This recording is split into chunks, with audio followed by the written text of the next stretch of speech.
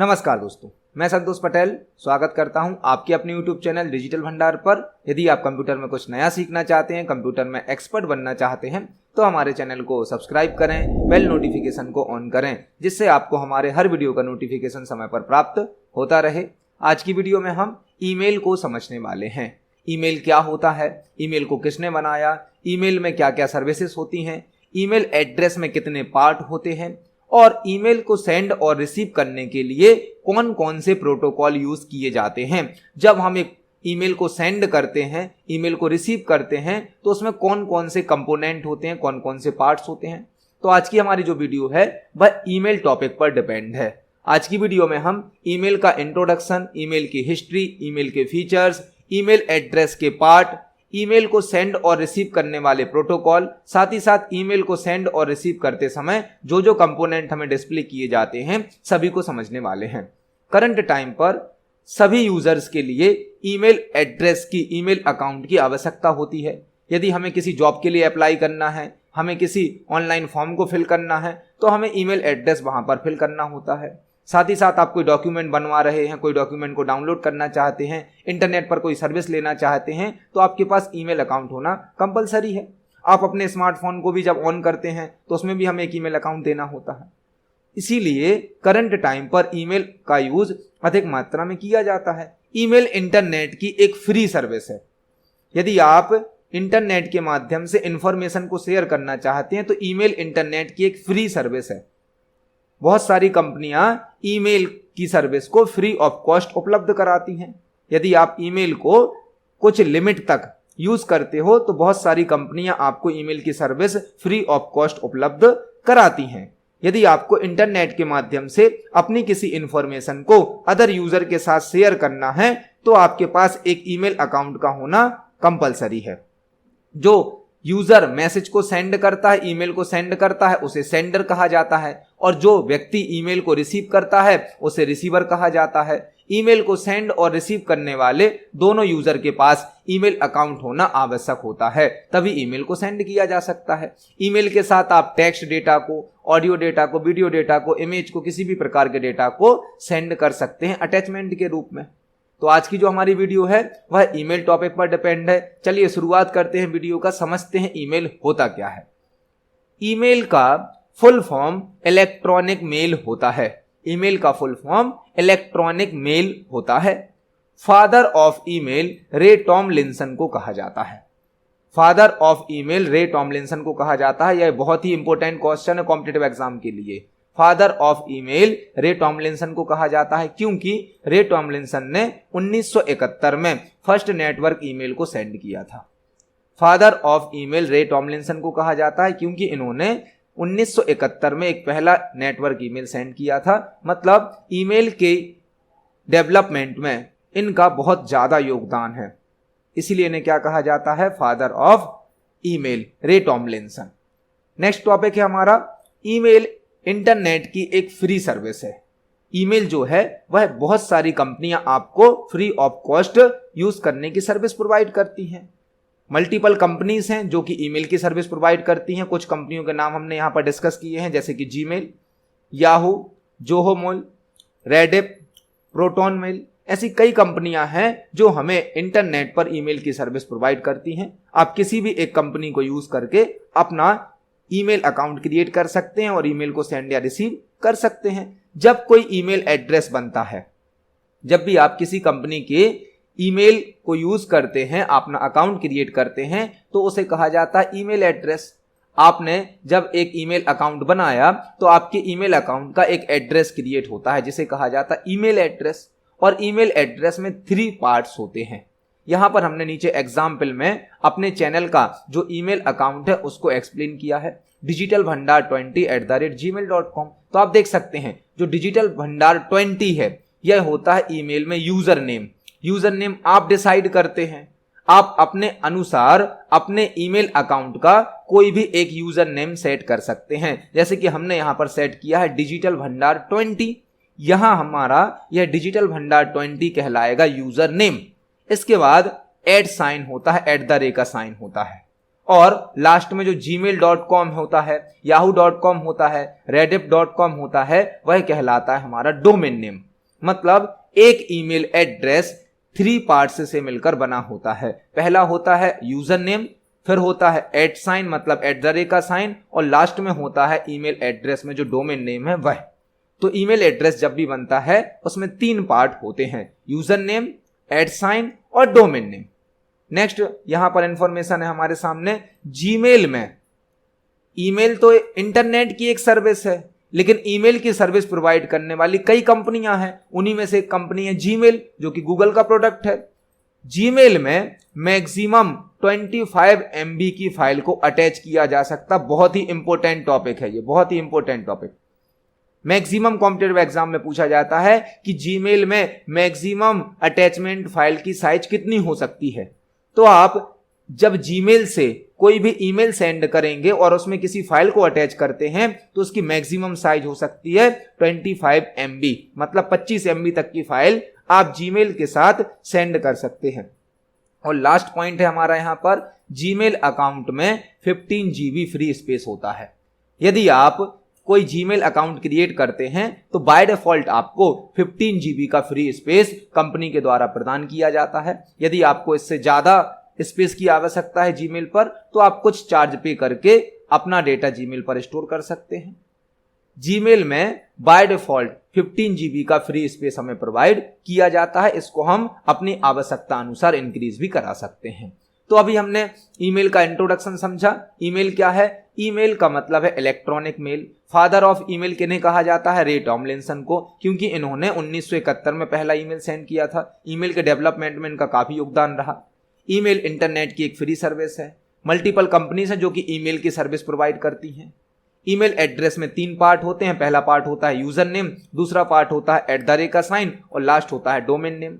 यदि आप Gmail company का ईमेल अकाउंट यूज कर रहे हैं तो उसमें ईमेल सेंड करते समय आप मैक्सिमम 25 MB फाइल को अटैच कर सकते हो।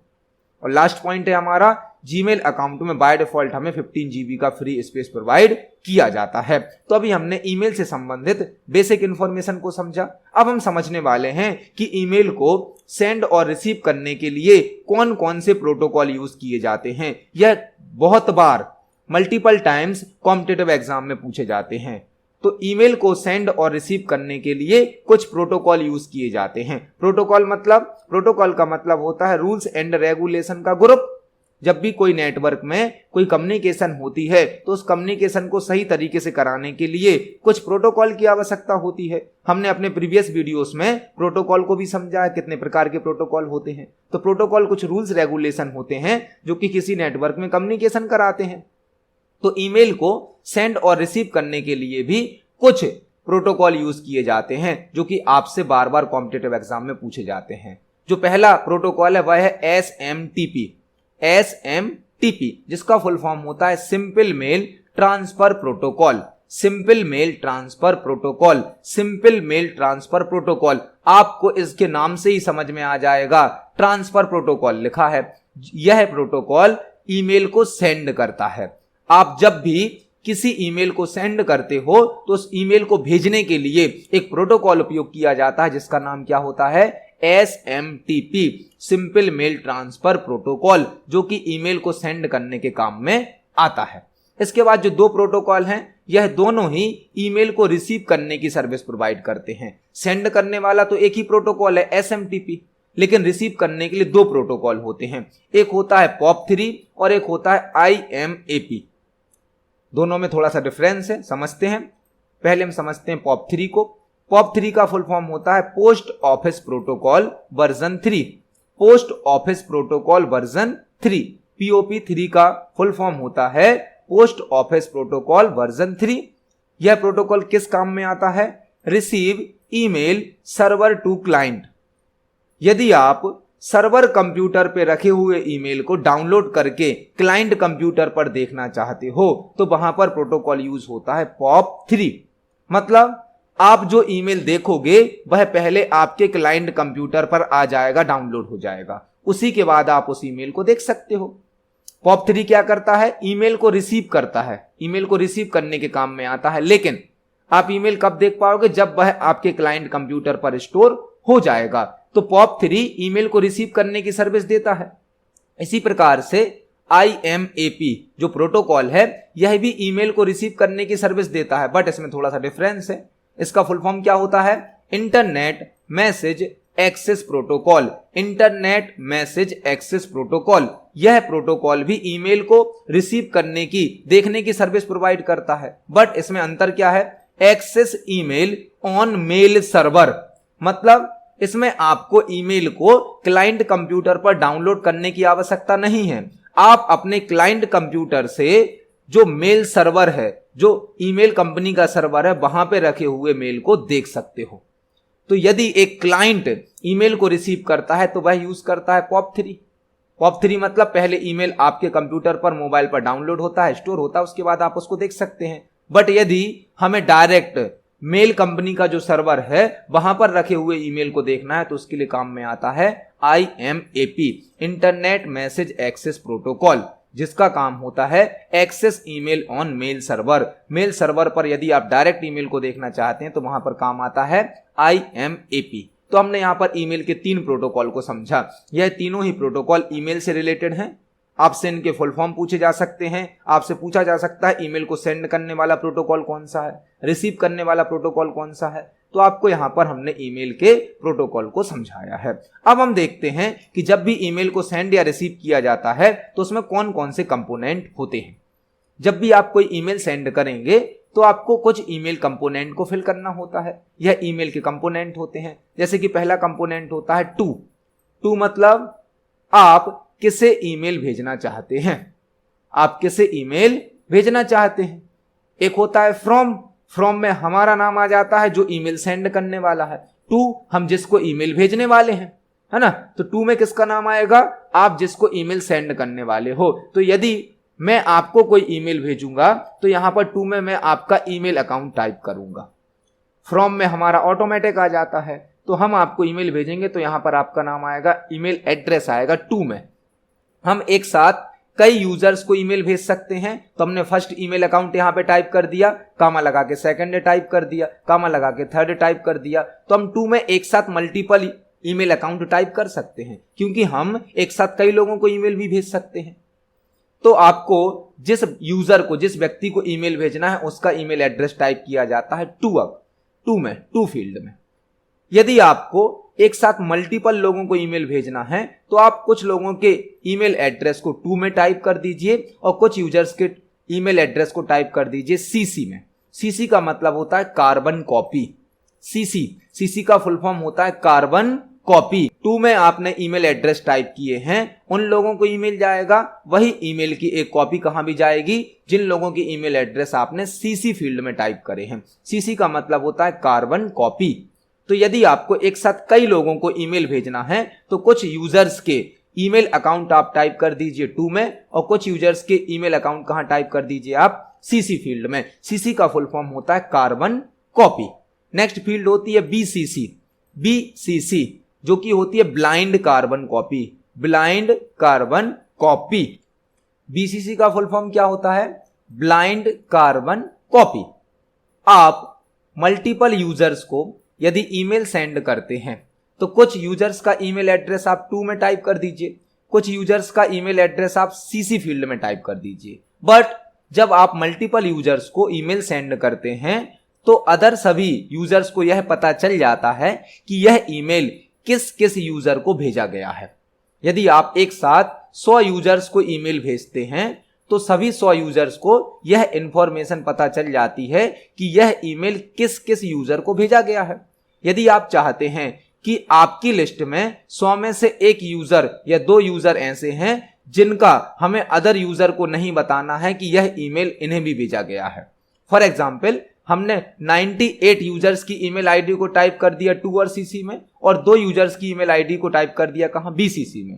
तो ये जो ऊपर 98 यूजर्स होंगे इनको पता चल जाएगा यह ईमेल किस किस को भेजा गया है। लेकिन कितने लोगों का पता चलेगा? ओनली 98 लोगों का। बट ये जो 2 लोगों को हमने ईमेल बीसीसी में रख के भेजा है, इन 2 यूजर्स की जानकारी बाकी 98 यूजर्स को नहीं होगी कि यह ईमेल इन 2 लोगों को भी भेजा गया है। तो यदि आप किसी यूजर्स की ईमेल आईडी को कॉन्फिडेंशियल रखना चाहते हो कि यह पता ना चले कि इस व्यक्ति को भी यह ईमेल भेजा गया है, तो आप उसका ईमेल एड्रेस कहां टाइप कर सकते हैं? बीसीसी में। टू और सीसी में आप जितने लोगों का ईमेल एड्रेस टाइप करेंगे उन सभी यूजर्स को यह पता चल जाता है कि यह ईमेल और किस यूजर को भेजा गया है। लेकिन यदि आप किसी यूजर्स का ईमेल आईडी कॉन्फिडेंशियल रखना चाहते हैं, पता नहीं चलने देना चाहते हैं, तो आप उसका ईमेल एड्रेस कहां टाइप कर दीजिए? बीसीसी में। नेक्स्ट फील्ड होती है सब्जेक्ट लाइन, जो कि ईमेल के लिए बहुत इंपॉर्टेंट होती है। आपके कंप्लीट ईमेल का जो पर्पस है वह आपकी सब्जेक्ट लाइन डिस्क्राइब करती है। आप अपने ईमेल के लिए जो पर्पस है आपकी ईमेल का, उसके अनुसार यहां पर सब्जेक्ट लाइन टाइप करिए। आपका जब ईमेल किसी को रिसीव होगा तो सबसे पहले उसको आपके ईमेल की सब्जेक्ट लाइन ही डिस्प्ले की जाती है और सब्जेक्ट लाइन को पढ़ के यह समझ में आ जाता है कि ईमेल किस पर्पस से आया है। तो जब भी आप किसी को ईमेल सेंड करें, ईमेल सेंड करते समय अपने ईमेल की सब्जेक्ट लाइन को प्रॉपर टाइप करें, क्योंकि आपकी ईमेल की जो सब्जेक्ट लाइन है वह यह डिस्क्राइब करती है कि आपने ईमेल किस पर्पस से भेजा है। इसके बाद होता है ईमेल बॉडी वाला पार्ट, जहां पर आप अपने ईमेल की इंफॉर्मेशन को टाइप कर सकते हैं, जो भी आप इंफॉर्मेशन शेयर करना चाहते हैं। नीचे हमें सेंड बटन प्रोवाइड किया जाता है, अटैचमेंट के लिए ऑप्शन प्रोवाइड किए जाते हैं, तो आप अटैचमेंट भी कर सकते हैं फाइल का। तो आज की वीडियो में हमने ईमेल का इंट्रोडक्शन, ईमेल की हिस्ट्री, ईमेल के जो एड्रेस के पार्ट होते हैं उनको समझा, ईमेल में यूज होने वाले प्रोटोकॉल्स को समझा, और जब एक ईमेल भेजा जाता है, सेंड किया जाता है, तो कौन कौन से कंपोनेंट, कौन कौन सी फील्ड हमें फिल करनी होती हैं, इनको समझा है। सभी प्रकार के कॉम्पिटिटिव एग्जाम में बहुत सारे क्वेश्चन ईमेल से रिलेटेड होते हैं। आप सभी टॉपिक को पढ़ें, समझें। कोई क्वेश्चन है, कोई डाउट है तो कमेंट सेक्शन में जरूर पूछिए। वीडियो पसंद आती है तो वीडियो को लाइक करें, ज्यादा से ज्यादा शेयर करें। मिलते हैं अगली वीडियो में। धन्यवाद।